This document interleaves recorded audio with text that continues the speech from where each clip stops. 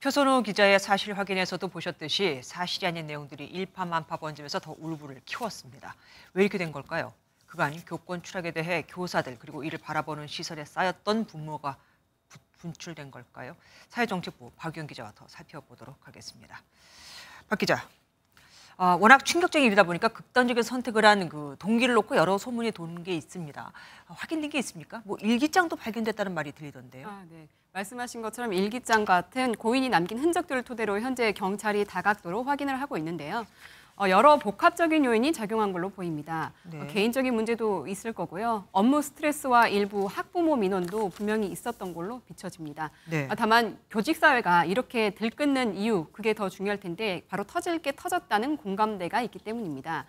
화면에 지금 보시는 건 같은 학교의 동료 교사가 보낸 문자를 서울교사 노조에서 공개한 건데요. 네. 고인이 생전에 학부모에게 전화번호를 알려준 적 없는데 엄청나게 전화가 와서 소름 끼친다. 방학이 되면 뭐 전화번호를 바꿔야겠다. 이런 고충을 토로했다는 겁니다. 선생님들은 이런 비슷한 일이 비일비재하다 이런 공감을 표하고 있는 상황입니다.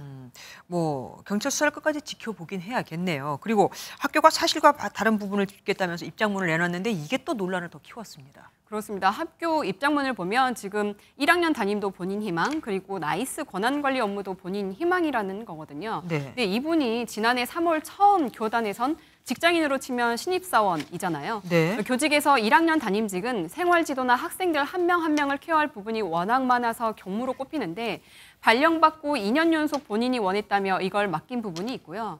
또 나이스라고 학교 행정 시스템이 있는데 그 권한 관리, 그러니까 학교 교직원에게 일일이 나이스를 사용할 수 있는 이 권한을 설정하고 오류 나면 해결하고 모르는 선생님 있으면 알려주고 이런 시스템 전체를 총괄하는 업무를 자진하길래 시켰다는 거거든요. 네. 이 두 경무를 초임 교사에게 주면서 본인 희망을 강조한 부분은 학교가 많은 교사들이 왜 이번 사태에 참담함을 느끼는지 제대로 파악하지 못하고 있다는 지적이 나옵니다.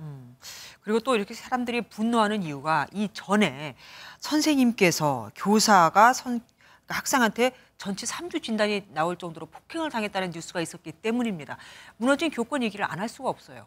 맞습니다. 그 실태가 적나라하게 드러나는 사진을 좀 준비를 해봤는데요.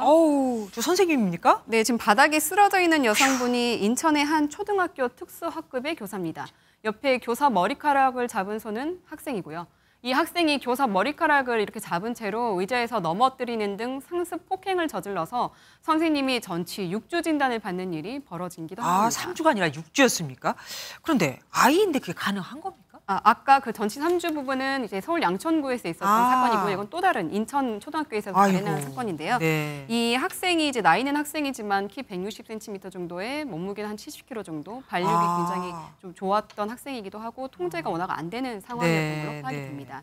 이렇게 교사 폭행이 연달아서 발생하는 이런 안타까운 일이 벌어지자 정부도 대책 마련을 약속했는데요. 이주호 교육부 장관 발언 직접 들어보겠습니다. 이 의혹이 사실이라면 이는 우리 교육계의 중대한 도전이라 하겠습니다. 교원에 대한 교육활동 침해는 어떠한 경우에도 용납해서는 안 됩니다. 교사들이 가장 많이 호소하는 게 뭐 수업 시간에 떠들지 말자, 친구 밀지 말자 이런 지극히 정당한 지도 활동에도 아이가 기분 나빠하면 아동학대가 되는 현실. 그래서 아무것도 하지 말아야겠다는 그 무력감을 느끼는 현실을 바로잡아달라는 거거든요.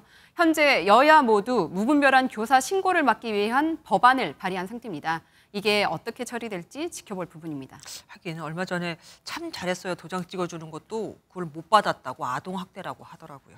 끝까지 지켜봐야겠습니다. 지금까지 사회정책부 박유영 기자와 함께했습니다. 안녕하세요. 김주하입니다. 공정하고 신속한 MBN 뉴스, 유튜브를 통해서도 만나보실 수 있습니다. 특히 더 많은 뉴스와 라이브를 보고 싶으시다면 오른쪽을 눌러서 구독하시면 됩니다. 어렵지 않죠? 빠르고 정확한 뉴스로 계속 찾아뵙겠습니다. MBN 뉴스를 시청해주신 여러분 고맙습니다.